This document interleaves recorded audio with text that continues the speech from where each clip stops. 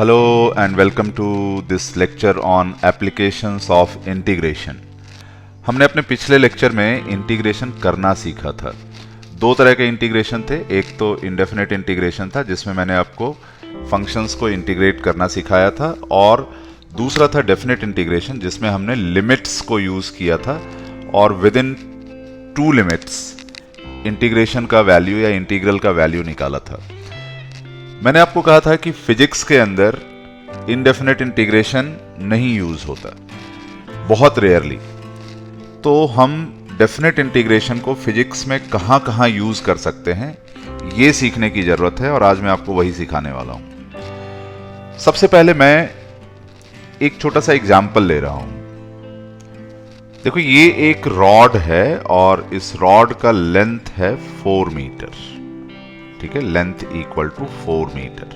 ठीक है, और इसका मास पर यूनिट लेंथ, मास पर यूनिट लेंथ ये है 2 kg पर मीटर। ठीक है, मैं आपसे पूछ रहा हूं कि इसका टोटल मास क्या होगा, मास ऑफ रॉड क्या होगा। तो बहुत सिंपल है, 1 मीटर का मास 2 kg है तो 4 मीटर का मास क्या हो जाएगा, लैम्डा इंटू एल, 8 kg। ये तो बिल्कुल सिंपल है। अब एक दूसरा सिचुएशन लेते हैं। हमारे पास फिर एक रॉड है और इसका लेंथ भी 4 मीटर है। ये x इक्वल टू 0 से लेके x इक्वल टू 4 मीटर के बीच में लाई कर रहा है। ठीक है, ये रॉड फिर 4 मीटर का है, बट इस बार जो लैम्डा है ना, ये कांस्टेंट नहीं है, ये x के साथ चेंज हो रहा है। ठीक है, मान लो इसका लैम्डा 2x kg पर मीटर है। ठीक है, मतलब जैसे जैसे x इंक्रीज होता जा रहा है वैसे वैसे रॉड की डेंसिटी भी बढ़ती जा रही है। ठीक है, मतलब सेम मटेरियल का नहीं होगा, मटेरियल कॉन्टिन्यूअसली चेंज हो रहा है। ठीक है, अब फिर हमको इसका मास बताना है। ठीक है, पूरे 4 मीटर का मास कितना होगा। तो क्या हम इस बार भी ऐसे लिख दें, लैम्डा इंटू एल, ये तो फिर 8x kg ऐसा आ जाएगा, और x तो वेरिएबल है, ऐसे तो नहीं कर सकते। अब तो क्या किया जाए, क्योंकि डेंसिटी वेरिएबल है तो हम डायरेक्ट लेंथ को डेंसिटी से मल्टीप्लाई नहीं कर सकते मास निकालने के लिए। तो हम एक वे अराउंड इसमें निकालते हैं, थोड़ा तरीका निकालते हैं कि कैसे किया जाए। तो हम ऐसा करते हैं कि लेफ्ट एंड से x डिस्टेंस पे, जहां पे x का वैल्यू क्या होगा, x होगा, एक छोटा सा लेंथ dx काट लेते हैं। ठीक है, अच्छा, ये dx कितना छोटा होगा, तो इसको हमने कहा था दिस इज इनफाइनाइटेसिमली स्मॉल। ठीक है, मतलब जितना हम छोटा सोच सकते हैं उससे भी छोटा। अब ये इतना छोटा लेंथ है कि मैं इस पूरे लेंथ के ऊपर डेंसिटी को कांस्टेंट एज्यूम कर सकता हूं। ठीक है, मतलब इतने छोटे लेंथ पे डेंसिटी कोई खास चेंज होगा नहीं। ठीक है, जो density x equal to x पे है वही डेंसिटी इस पूरे लेंथ के अंदर है। बहुत छोटा लेंथ है इसलिए रीजनेबल है हमारा एजम्पशन। तो इस छोटे से पोर्शन में जो डेंसिटी है वो कितना होगा, 2x होगा, जो दिया हुआ है हमको। ठीक है, अब अगर मैं कहूं कि इस छोटे से पोर्शन का, इसको हम बोलते हैं एलिमेंट। ठीक है, ये जो हमने dx लिया ना, ये एलिमेंट है। तो इस एलिमेंट का मास क्या हो जाएगा। ठीक है, मास ऑफ एलिमेंट। अब क्योंकि ये बहुत छोटा मास होगा तो इसको भी हम dm लिखते हैं।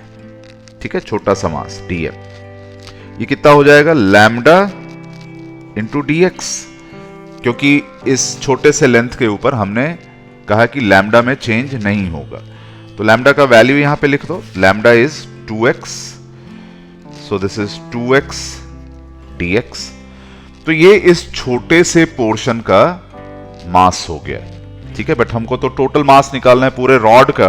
तो देखो, एक चीज याद करो, इंटीग्रेशन में अगर हमको dx का इंटीग्रल निकालने को कहा जाता था तो हम इसको ऐसे लिख सकते थे, 1 dx, और फिर इसको इंटीग्रेट करके x लिख सकते थे, x प्लस सी, इंडेफिनेट इंटीग्रेशन अगर होगा तो, ठीक है।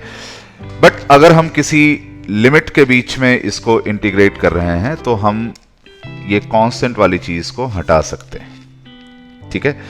तो यहां पर भी मैं ये बोल रहा हूं कि अगर मुझे टोटल मास निकालना है तो ऐसे छोटे छोटे मासेस का समेशन करना पड़ेगा, ठीक है। समेशन को नॉर्मली हम ऐसे लिखते हैं, summation m is summation of all dm terms.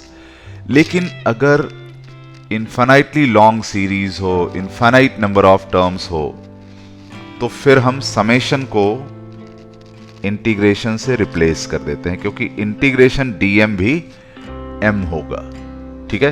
तो अब हम यही करने वाले हैं। Therefore, mass in this case is integration 2x dx। But हमको x का लिमिट्स भी बताना होगा, कहां से कहां तक x चेंज हो रहा है। तो x चेंज हो रहा है 0 से लेके कहां तक, 4 तक हो रहा है, ठीक है। तो अब इसको कर लेते हैं। This is equal to 2x का इंटीग्रेशन x स्क्वायर हो जाएगा और लिमिट्स डाल दो 0 to 4, 4 square minus 0 square is 16 kg। तो इस रॉड का मास 16 kg हो गया। तो ये पहला यूज है इंटीग्रेशन का। पहला यूज क्या है, समेशन, ठीक है। तो मैं पहला यूज यहां पे लिख देता हूं, दिस इज समेशन। आपको जब भी एक लॉन्ग सीरीज जो कि किसी एक रूल के अकॉर्डिंग लिखा हुआ हो उसको सम करना हो तो आप समेशन की जगह पे इंटीग्रेशन यूज करेंगे, ठीक है। मैं इसी से रिलेटेड एक और एग्जांपल देता हूं आपको। देखो, ये एक बॉडी है और ये मूव कर रहा है स्ट्रेट लाइन में, ठीक है। और t इक्वल टू 0 से इसने चलना शुरू किया और इसकी वेलोसिटी है लेट्स से 4 मीटर पर सेकेंड। और मैं आपसे जानना चाहता हूं कि up to t equal to 4 second इसका डिस्प्लेसमेंट कितना होगा, ठीक है। Displacement of the body in 4 second बहुत इजी है, वेलोसिटी को टाइम से मल्टीप्लाई कर दो, ठीक है। v into delta t, time interval, तो 4 इंटू 4 ये 16 मीटर जाएगा। इसमें तो कुछ है ही नहीं। अब मैं इसको थोड़ा सा चेंज कर देता हूं। मान लो इस बार इसकी वेलोसिटी जो है ये कांस्टेंट नहीं है, ये टाइम के साथ इंक्रीज हो रहा है, ठीक है। एक्सेलरेटेड मोशन हमको पता है। तो टाइम के साथ इसकी वेलोसिटी सपोज ऐसे है 2t है, ठीक है।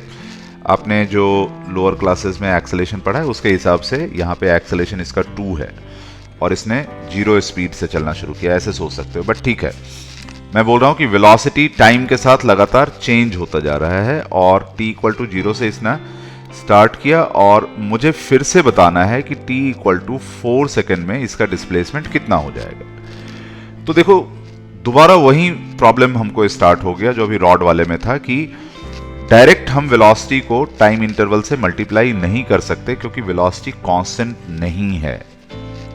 तो अब मैं क्या करूं?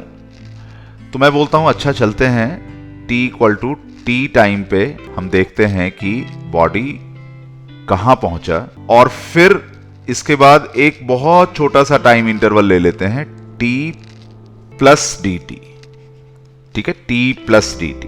तो इस छोटे से टाइम इंटरवल में इसका कुछ डिस्प्लेसमेंट होगा, ठीक है। तो मैं इस डिस्प्लेसमेंट को ds लिख लेता हूं, ठीक है। अच्छा, अगेन हम ये बोल सकते हैं कि क्योंकि dt जो है वो इनफाइनाइटेसिमली स्मॉल टाइम इंटरवल हमने लिया है, तो उस बहुत छोटे से टाइम इंटरवल पे हम एज्यूम कर सकते हैं कि वेलोसिटी में कोई खास चेंज नहीं आया, ठीक है। यानी जो velocity t equal to t पे है वही वेलोसिटी t से लेके t प्लस dt के बीच में कांस्टेंट है। तो अब मैं ds लिख सकता हूं, small displacement in this time element dt कितना हो जाएगा, ds will be equal to v dt और v जो है वो 2t लिखा जाएगा।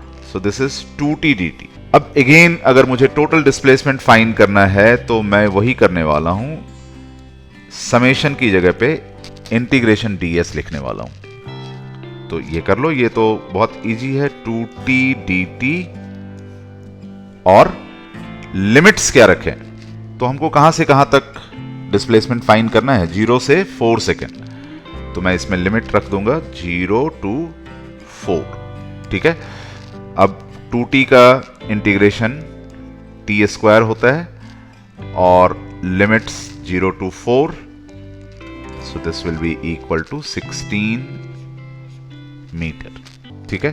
तो ऐसे अगर हमें कुछ सिचुएशन इस तरह से दिया हुआ हो जहां पे वेरिएबल वैल्यू की वजह से हम पूरे एक इंटरवल पर कोई वैल्यू फाइंड नहीं कर पा रहे हैं, वहां पर फिर हम इंटीग्रेशन यूज करेंगे, ठीक है। तो ये एक पहला यूज हो गया समेशन। अब इसी को मैं दूसरे तरीके से प्रेजेंट कर रहा हूं। देखो ये सेम सेकंड वाला प्रॉब्लम है और मुझे ये पूछा हुआ है कि डिस्प्लेसमेंट कितना होगा 0 to 4 सेकंड के बीच में, ठीक है। तो मुझे वेलोसिटी दिया हुआ है 2t, और ये क्या है, this is rate of change of position, ठीक है।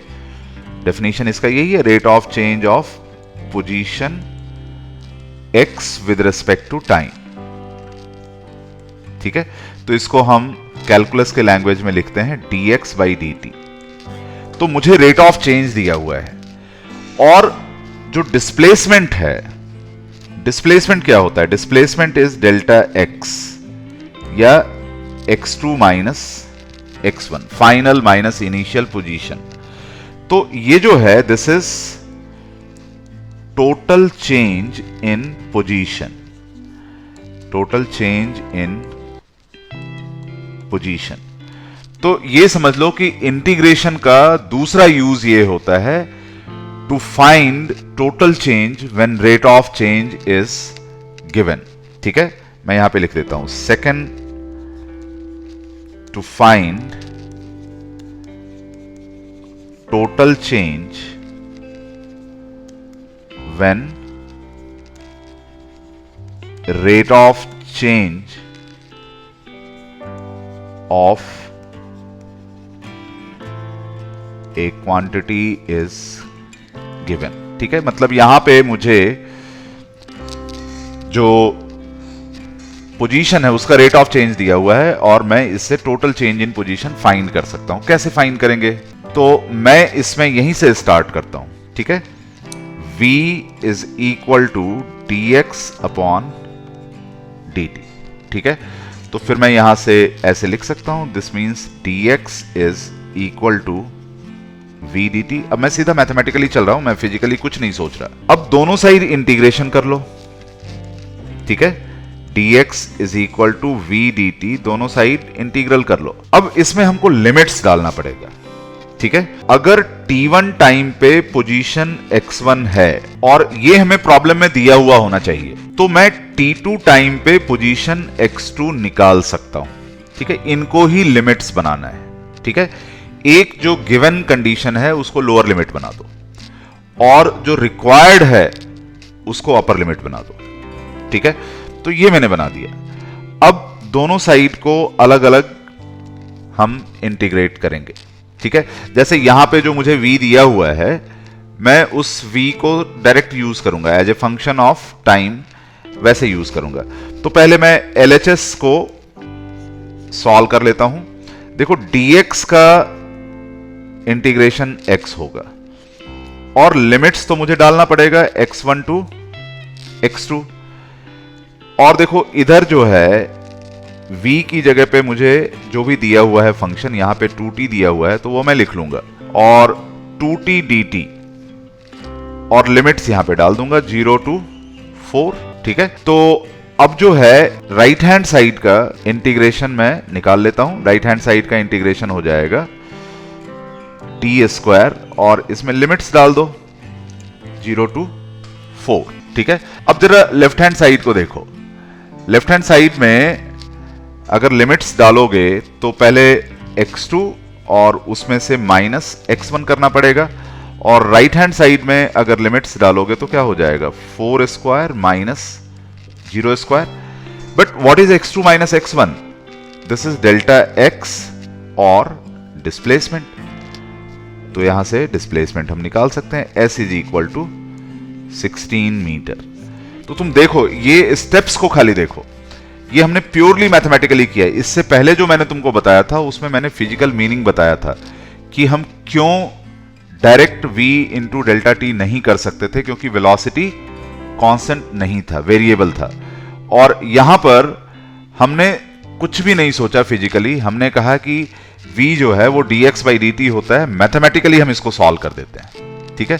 तो ऐसे बहुत सारे केसेस होंगे जहां पर आप डायरेक्ट टोटल चेंज निकाल सकते हैं अगर रेट ऑफ चेंज दिया हुआ है तो। इसी चीज को एक और एग्जांपल से समझ लेते हैं। एक वायर है जिसमें से करंट फ्लो कर रहा है, ठीक है। करंट आपको पता है ये rate of flow of charge होता है, ठीक है। I को हम लिख सकते हैं delta Q upon delta T या Q अपॉन T, जैसे भी आपने पढ़ा हुआ है इस चीज को, ठीक है। तो मान लो करंट अगर कांस्टेंट है, ठीक है, करंट सपोज 2 एम्पियर कांस्टेंट है, तो अगर मैं कहूं कि कितना चार्ज फ्लो करेगा इन 5 सेकेंड, तो तुम क्या करोगे, I इंटू टी लिख दोगे, Q is equal to I into t, 2 into 5 10 coulomb, ठीक है, चार्ज का यूनिट कूलम होता है, इतना चार्ज फ्लो करेगा। बट अगर वेरिएबल है करंट, ठीक है, अगर सपोज I इक्वल टू दिया हुआ है 4t एम्पियर, अब क्या करें, तो अब डायरेक्ट मैं मैथ से चलूंगा, ठीक है। मैं कहूंगा अच्छा इंस्टेंटेनियस करंट 4t है, तो इसको हम dq बाई dt लिख देते हैं, dq by dt is equal to 4t। तो हमको q निकालना है या डेल्टा q निकालना है, एक इंटरवल में कितना चार्ज फ्लो करेगा, तो मैं ऐसे लिख दूंगा 4t dt। अब दोनों साइड इंटीग्रेशन का साइन दे दो, ठीक है। इनिशियली मान लो 0 चार्ज था, फाइनली q चार्ज इसमें से फ्लो हुआ, t इक्वल टू 0 पे 0 चार्ज फ्लो हुआ था, और t इक्वल टू 4 सेकेंड पे या 5 सेकेंड पे हमको निकालना है, तो हम ऐसे कर लेंगे। तो यहां से देखो dq को इंटीग्रेट करोगे q, लिमिट्स रख दो ऐसे 0 to q is equal to 4t का इंटीग्रेशन हो जाएगा 2t स्क्वायर, ठीक है, 2t स्क्वायर, और इसमें भी लिमिट्स डाल दो 0 टू 5। तो अभी देखो left hand side q minus 0 q हो जाएगा, और right hand side 2 into 5 square minus 2 into 0 square, तो ये कितना हो जाएगा 50। तो यानी इस बार 5 सेकेंड में 50 कूलम चार्ज फ्लो होगा, ठीक है। तो जहां भी वेरिएबल वैल्यूज हो ना, वहां पे आपको इंटीग्रेशन करना है। ये पहला चीज अपने दिमाग में रखना है कि रेट ऑफ चेंज अगर दिया हुआ है, वेरिएबल है और हमको टोटल चेंज निकालना है, तो हमको इंटीग्रेशन करना है। अब मैं एक और इसका बहुत इंपॉर्टेंट यूज बता रहा हूं, और वो है to find area under a curve. इस फिगर में मैंने एक कर्व दिखाया हुआ है y इक्वल टू fx, और इस कर्व और x एक्सिस के बीच में मैं एरिया निकालना चाहता हूं। कहां से कहां तक, लिमिट्स है a टू b, ठीक है, x का वैल्यू a से b के बीच में, और कर्व उसके बीच में हम एरिया निकाल सकते, ठीक है। This is required area. तो कैसे फाइंड करें, तो मैं एक इसमें तरकीब सोचता हूं। मैं सोचता हूं कि इसको पतले पतले स्ट्रिप्स में डिवाइड कर लेते हैं, ठीक है। तो इस तरह से मैंने बहुत सारे अगर स्ट्रिप्स बना दिए तो ये सारा एरिया कवर हो जाएगा, ये मैं सोच रहा हूं, ठीक है। लेकिन एक प्रॉब्लम यहां पे आ रहा है कि जब मैं ऐसे स्ट्रिप्स बनाता हूं तो इसके टॉप पे तुम देखो, यहां पे एक ये जो एरिया हमको दिख रहा है, ये एरिया लॉस्ट हो जाएगा, ठीक है। ये जो एरिया यहां पे मुझे यहां पे दिखाई दे रहा है, ये वाला एरिया, ये वाला एरिया, ये लॉस्ट हो जाएगा। ऐसे ये वाला एरिया, ये एरिया का लॉस होगा। These are lost areas. But मैं ये एरियाज को लूज नहीं करना चाहता क्योंकि मुझे तो पूरा ही एरिया निकालना है। तो इसका क्या सॉल्यूशन हो सकता है? तो हम बोलते हैं कि अगर जैसे देखो ये अगर यहाँ पे कर्व है और मैंने जो स्ट्रिप लिया है इतना वाइड स्ट्रिप लिया है, ठीक है, तो मैं ये बोल रहा हूं कि ये वाला एरिया का लॉस हो जाएगा। ठीक है, अब मैं अगर एक पतला स्ट्रिप लेता, मान लो यहां से इतना ही स्ट्रिप लेता और अगला स्ट्रिप फिर यहां से लेता, ठीक है, फिर अगला स्ट्रिप ऐसे लेता, तो इस बार देखो एरिया का लॉस क्या होगा, ये वाला, ये वाला।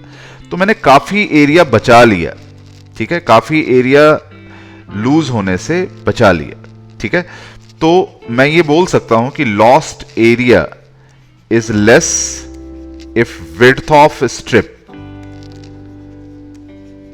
अगर मैं इसको छोटा कर दूं, विड्थ ऑफ स्ट्रिप को छोटा कर दूं, तो जैसे अगर मैं बड़ा विड्थ लेता हूं तो इसको मैं डेल्टा एक्स बोलता हूं। तो अगर मैं छोटे स्ट्रिप्स लेता हूं, ठीक है, नैरो स्ट्रिप्स, तो मैं इसको dx बोलूंगा। और dx जो है वो इनफाइनाइटेसिमली स्मॉल हम ले जा सकते हैं, ठीक है, इतना छोटा जितना आपके इमेजिनेशन से भी छोटा है। ठीक है, उस केस में लॉस्ट एरिया जो होगा वो ऑलमोस्ट जीरो होगा, क्योंकि आपने स्ट्रिप को इतना पतला कर दिया जिससे पतला और पॉसिबल ही नहीं। ठीक है, बिल्कुल जीरो नहीं करना है, स्ट्रिप का कुछ विड्थ होगा लेकिन वो इनफाइनाइटेसिमली स्मॉल होगा। तो अभी देखो, अगर मैं x पे कोई ऐसा स्ट्रिप लेता हूं तो इस स्ट्रिप का हाइट क्या होगा, इस स्ट्रिप का हाइट y होगा और स्ट्रिप का विड्थ है dx। तो ये जो छोटा सा एरिया बना dA, इसका वैल्यू y dx हो जाएगा। और मुझे ऐसे सारे छोटे छोटे एरियाज का समेशन करना है। ठीक है, समेशन का मतलब integration. So a is integration y dx। कहां से कहां तक इसको इंटीग्रेट किया जाए, तो जहां से जहां तक आपको एरिया निकालना है, x equal to a to x equal to b। तो ये हमारे लिए एक फॉर्मूला आ गया, this is area under the curve y equal to fx up to x axis from x equal to a to x equal to b। तो इस तरह से हम पूरे इस कर्व के नीचे का एरिया जो a से b तक का है वो हम इससे निकाल सकते हैं। ठीक है, तो ये बहुत यूजफुल है। ज्योमेट्रिकल इंटरप्रिटेशन ऑफ इंटीग्रेशन आप इसको ले सकते हैं। किसी भी ग्राफ पे अगर स्लोप निकालना है तो डिफरेंशिएशन करेंगे, और किसी ग्राफ के ऊपर अगर मान लो हमको एरिया निकालना है तो हमको इंटीग्रेशन करना है, ये याद रखना है। कुछ एग्जांपल्स से मैं इसको अप्लाई करना सिखा देता हूं आपको। मान लो ये कर्व है y equal to x square, ठीक है, सिंपलेस्ट कर्व मैंने लिया, और आपसे ये पूछा है कि इसका एरिया बताना है from x equal to 3 to x equal to 6। ठीक है, area under y equal to x square from x equal to 3 to x equal to 6। ठीक है, तो ये हम मार्क कर लेते हैं, ये x इक्वल टू 3 है और ये x इक्वल टू 6 है। ठीक है, तो मुझे इसके बीच का एरिया फाइंड आउट करना है, ये वाला एरिया। ठीक है, अब मैं सिंपल इंटीग्रेशन यूज करूंगा और लिमिट्स हमको दिया हुआ है 3 टू 6, उसके बीच में इसका एरिया हम फाइंड कर लेंगे। ठीक है, सिंपल है।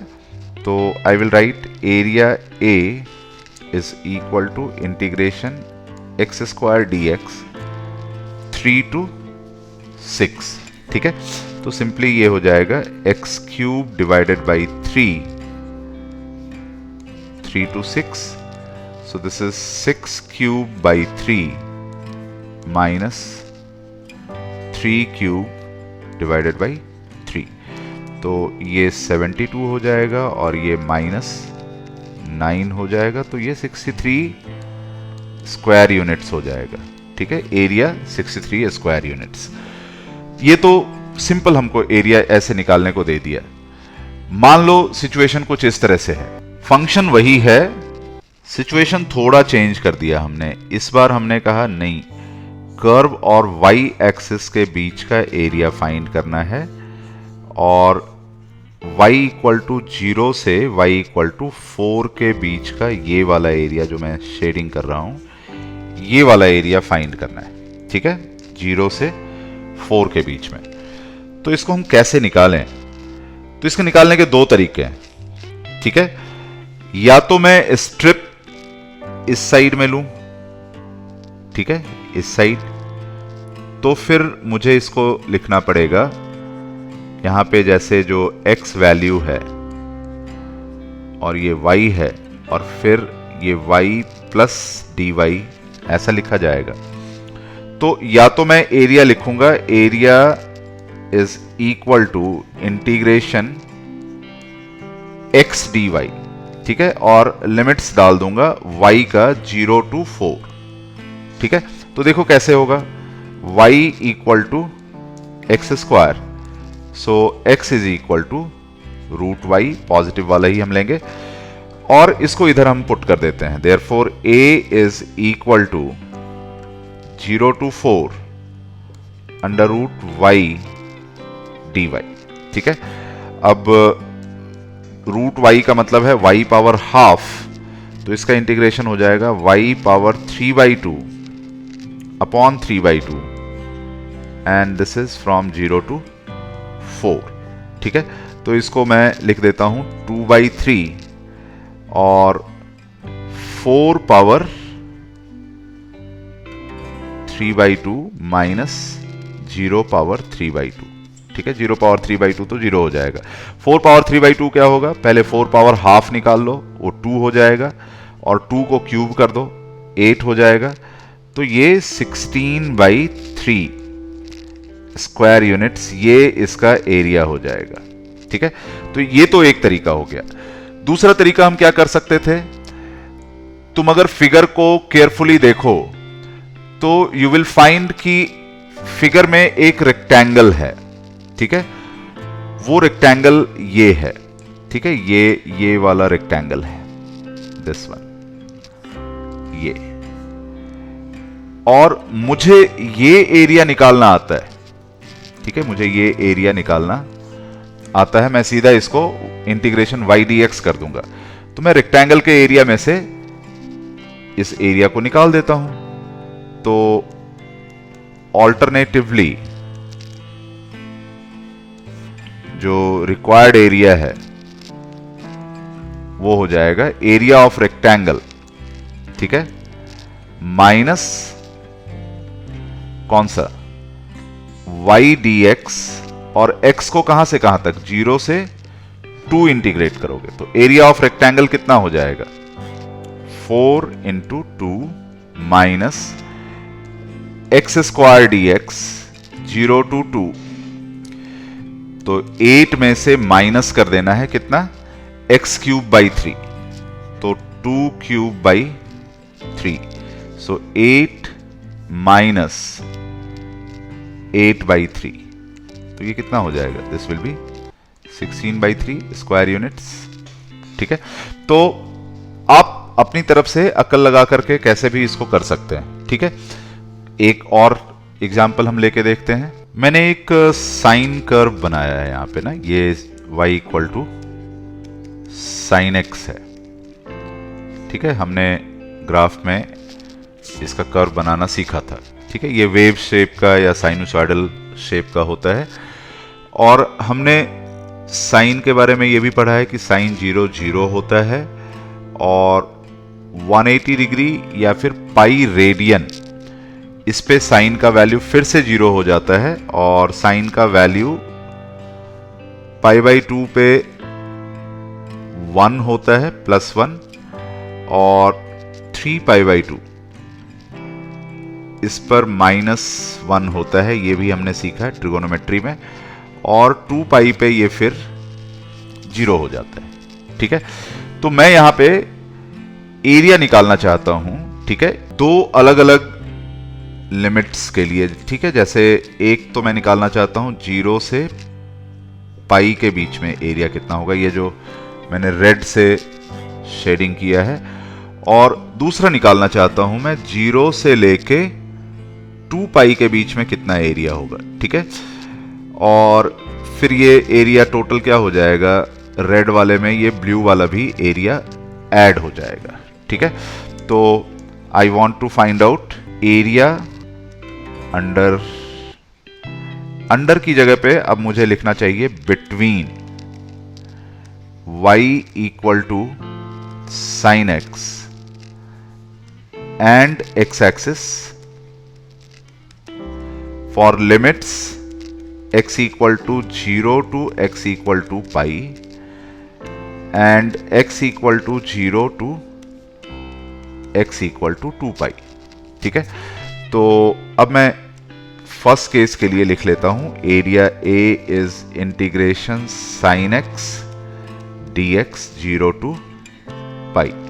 ठीक है, साइन x का इंटीग्रेशन माइनस कॉस x ये होता है 0 टू पाई। हम लिमिट्स डाल दें, माइनस हटाने पे लिमिट्स को उल्टा कर सकते हैं हम, तो हम इसको कॉस x पाई टू 0 ऐसे भी लिख सकते हैं, तो ये हो जाएगा cos 0 minus cos pi. cos 0 is 1 और cos पाई इज -1, तो ये 2 स्क्वायर यूनिट्स इसका एरिया हो गया। ठीक है, इसी को अगर मैं लिमिट चेंज करके 0 से 2 पाई के लिए निकालूं, a equal to 0 to 2 pi sine x dx, तो ये फिर यही सब हो जाएगा minus cos x 0 to 2 pi, या फिर कॉस x लिमिट्स उल्टा कर दो 2 पाई टू 0, तो ये हो जाएगा cos 0 minus cos 2 pi. Cos 0 is 1 and cos 2 pi is also 1, तो ये 0 हो गया। अब यही एक सरप्राइजिंग चीज है कि मैं तो इस रेड वाले एरिया में इस ब्लू वाले एरिया को ऐड कर रहा था, बट ये तो 0 आ गया। अच्छा, हम ये भी देख रहे हैं कि जितना एरिया ऊपर की तरफ है उतना ही एरिया नीचे की तरफ है। ये लोब्स इस तरह से हैं कि ऊपर नीचे एरिया इक्वल हो, तो ऐसा कैसे हो गया? इसका रीजन है कि एक्स एक्सिस के नीचे जो एरिया होगा, मैथमेटिक्स हमेशा उसको नेगेटिव कैलकुलेट करेगा। नेगेटिव क्यों कैलकुलेट करेगा? क्योंकि तुम देखो जरा, अगर मैं इस पर्टिकुलर स्ट्रिप पे y का वैल्यू देखूं तो y का वैल्यू तो नेगेटिव है, तो मैथ ने तो सिर्फ y को dx से मल्टीप्लाई किया, तो negative multiplied by dx which is positive, तो वो तो वैल्यू नेगेटिव आना ही था।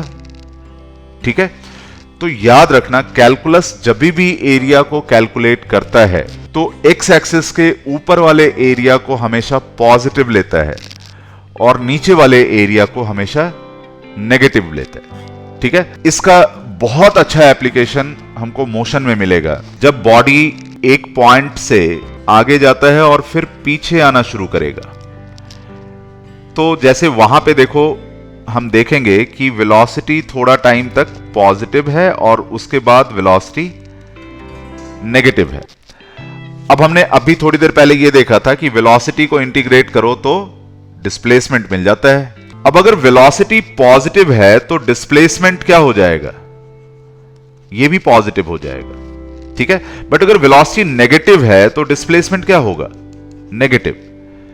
तो अगर पॉजिटिव नेगेटिव को साइन के साथ ऐड करोगे फिर तो वो कैंसिल होंगे ना। तो वही चीज यहां पे भी हो रहा है। वो चीज डायरेक्ट तुम अगर ग्राफ पे निकाल रहे हो तो फिर उसमें एरिया से निकालना होगा, और एरिया एक्स एक्सिस के ऊपर वाला पॉजिटिव और एक्स एक्सिस के नीचे वाला नेगेटिव लेना होगा। ठीक है, तो अब ये एरिया निकालना हमने सीख लिया, हमने रेट ऑफ चेंज से टोटल चेंज निकालना सीख लिया, हमने समेशन करना सीख लिया। तो इंटीग्रेशन के यही यूजेस हैं, थोड़ा अक्ल लगाना है, थोड़ा कैलकुलस लगाना है, तो आपसे इस तरह के क्वेश्चंस बहुत इजीली सॉल्व हो जाएंगे। और हम लगातार पूरे फिजिक्स में इसको यूज करते ही रहेंगे, तो हम लगातार कुछ ना कुछ सीखते रहेंगे। लेकिन टू स्टार्ट विद, जो भी आपको असाइनमेंट में प्रॉब्लम्स दिए हुए हैं आप उनको अटेम्प्ट करें, and hopefully you should be able to solve them, so you must solve them. Thank you.